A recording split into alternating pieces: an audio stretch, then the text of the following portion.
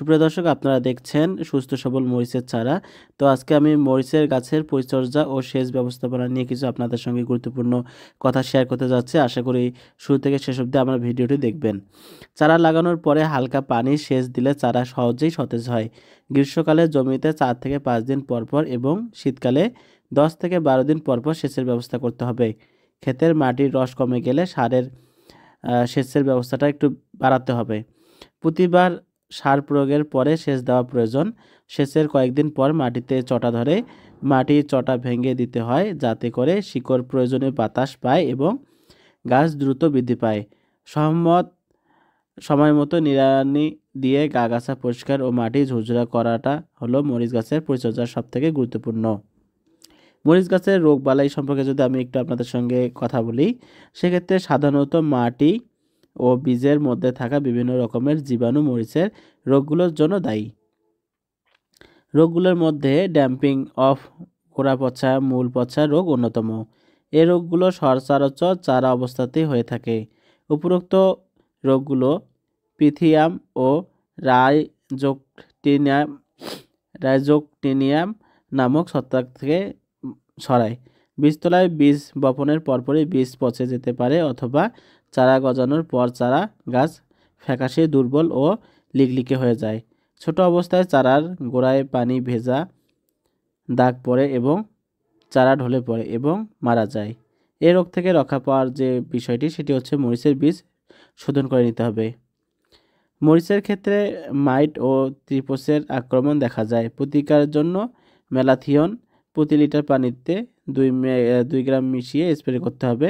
এর সকল পোকা দমন করা যাবে।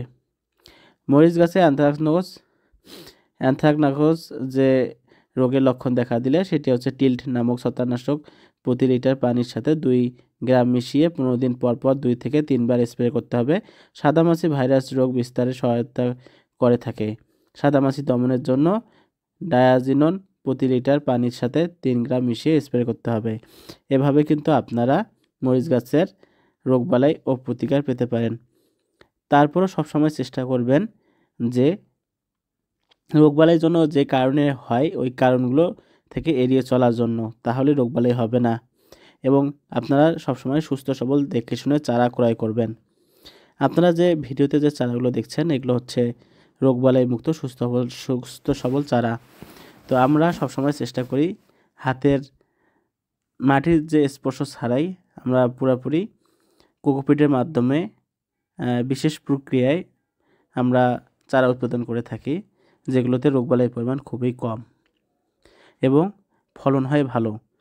বাজারে বিভিন্ন রকম ভালো বীজ কোম্পানি রয়েছে। এই ভালো বীজ কোম্পানি থেকে আমরা বীজ সংগ্রহ করে সেগুলো বিশেষ প্রক্রিয়ার মাধ্যমে, কোকোপিটের মাধ্যমে আমরা কিন্তু চারা উৎপাদন করে থাকি। তো আমরা এ নিয়ে অনেকগুলো ভিডিও আপনাদের মাঝে শেয়ার করেছি। চারা আসলে কেন আমরা কোকোপিটে উৎপাদিত চারাগুলো ক্রয় করব, সে বিষয় নিয়ে আমরা অনেক আলোচনা করেছি। মাঠ পর্যায়ে আমরা গিয়েছিলাম যে এর উপকারিতা সম্পর্কে আপনাদের কাছে ভালোভাবে বিস্তারিত তুলে ধরার জন্য। আপনারা যদি দেখে থাকেন ভিডিওগুলো, তাহলে অবশ্যই বুঝবেন। যদি না দেখে থাকেন, কষ্ট করে আমাদের পুরাতন ভিডিওগুলো একটু দেখে নেবেন। আর আমরা সচরাচর চেষ্টা করি চারা বিক্রির পাশাপাশি আপনাদেরকে ভালোভাবে পরামর্শ প্রদানের জন্য। যে সকল পরামর্শ প্রদান করে পরামর্শগুলো নিয়ে আপনারা ভালোভাবে চারা রোপণ করতে পারবেন এবং সেখান থেকে ভালো প্রফিট পাবেন, ভালো উৎপাদন করতে পারবেন। তারপর যদি যাদের বিশেষ কোনো প্রয়োজন পড়ে যে পরামর্শের জন্য, তারা স্ক্রিনে দেওয়া নাম্বার রয়েছে, এই নাম্বারে যোগাযোগ করে কথা বলতে পারেন। আর যাদের চারার প্রয়োজন রয়েছে, তারা স্ক্রিনে দেওয়া নাম্বার কল করে অর্ডার করবেন। সারা বাংলাদেশে বাসের মাধ্যমে আমরা চারা সরবরাহ করে থাকি। সরাসরি এসে আপনারা কিন্তু নার্সারি থেকে এসেও চারা ক্রয় করে নিয়ে যেতে পারবেন। সেক্ষেত্রে আমাদের ডিসক্রিপশনে দেওয়ার ঠিকানাতে আসতে হবে। তো ভিডিওটি কেমন লাগলো সেটা আমাদের কমেন্টস করে জানাবেন। দেখা হবে অন্য কোনো ভিডিওতে। সে অবধি ভালো থাকুন।